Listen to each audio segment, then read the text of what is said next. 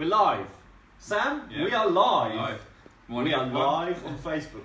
Hello people, everybody, all the enthusiasts out there, thank you so much for joining us. Today we're talking flowers. Okay, yeah. Flowers? Nice lilies.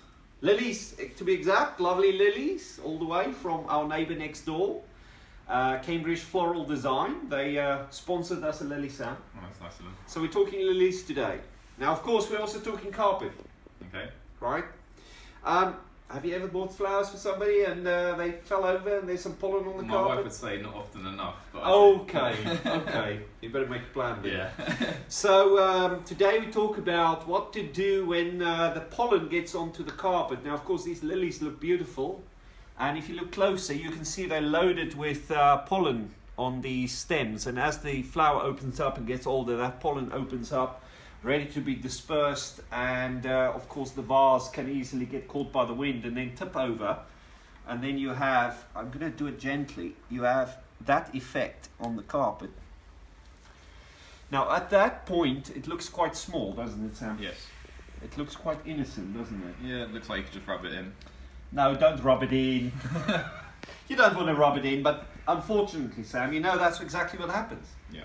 So people will go and get a cloth, and of course there's a little bit of water on the floor as well, because that will be the vase that fell over. So what would you normally do?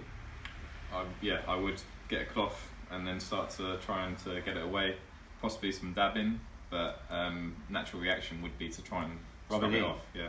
Now, of course, you can imagine the pollen is made has got a nature to be very sticky, Mm-hmm. because it wants to pollinate other flowers. So for that reason, it is naturally quite sticky.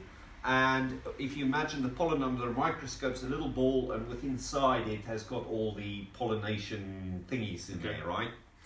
Now, as soon as you touch that, it explodes and it opens up. And that's why when you start rubbing that, you'll make a big yellow mark. Now, this is your sample carpet, so I'm not going to want to do that here. No. So I want to teach you a little secret, a little trick. I think that might be with the sellotape. Oh, Sam, you're giving it all away. So what we do is we grab a little tape, like this, right? Like that. You want to give it a go? Okay, yeah.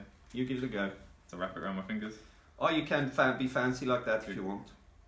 Otherwise you can just dab it normally. And just dab it up a little gently. You might need a little bit more.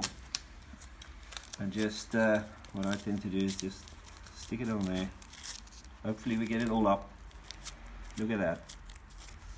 And you would not even know. That's good. There we go.